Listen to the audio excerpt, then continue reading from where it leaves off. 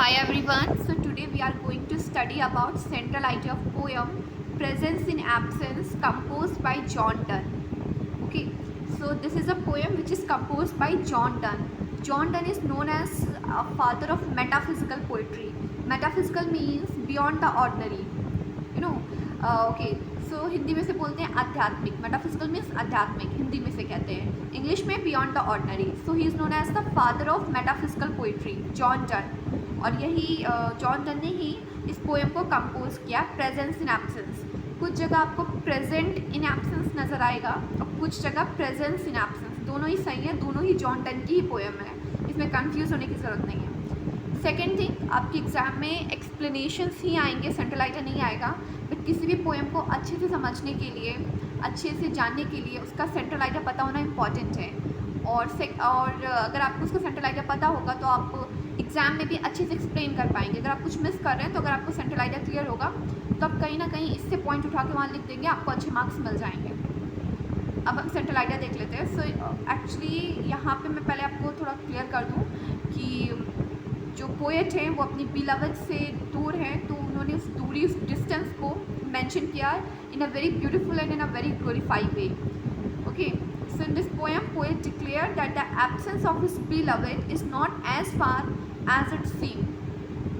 I remember her in my memories, in my ideas, in my mind, in my heart. I feel her presence. Okay.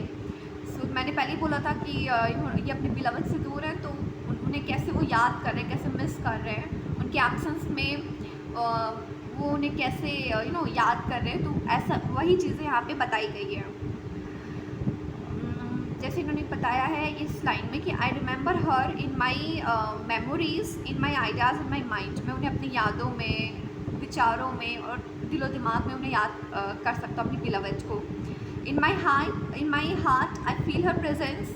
Hair poet shown his love and glorify a woman. Here a man shows the absence of his beloved in a glorifying way. For our love time will stay and I feel presence in absence. यानी उनकी absence में भी वो उन्हें महसूस कर सकते हैं, उन्हें फील कर सकते हैं, उनकी presence को फील कर सकते हैं. कौन? पोएट. किसे? beloved को. So the distance is not missing but certainly of enjoying.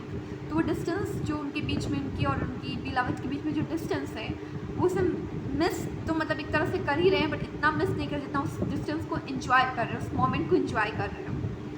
So this is a poem presence in absence composed bye John Donne. यह आपकी यूनिट 4 की सेकेंड लास्ट पोएम है. इसके बाद एक और पोएम है अलेक्जेंडर पोप की. सेकेंड लास्ट पोएम ये है. तो इसमें अपनी बिलवड को मिस करते हैं, वो बताया गया है कैसे मिस करते हैं, फिर किस तरह वो ग्लोरीफाई करते हैं, उन्हें किस तरह याद करते हैं. जैसे लाइन है कि I remember her in my memories, in my ideas, in my mind. In my heart, I feel her presence. So this is a very beautiful line. So this is the central idea of presence in absence. Thank you.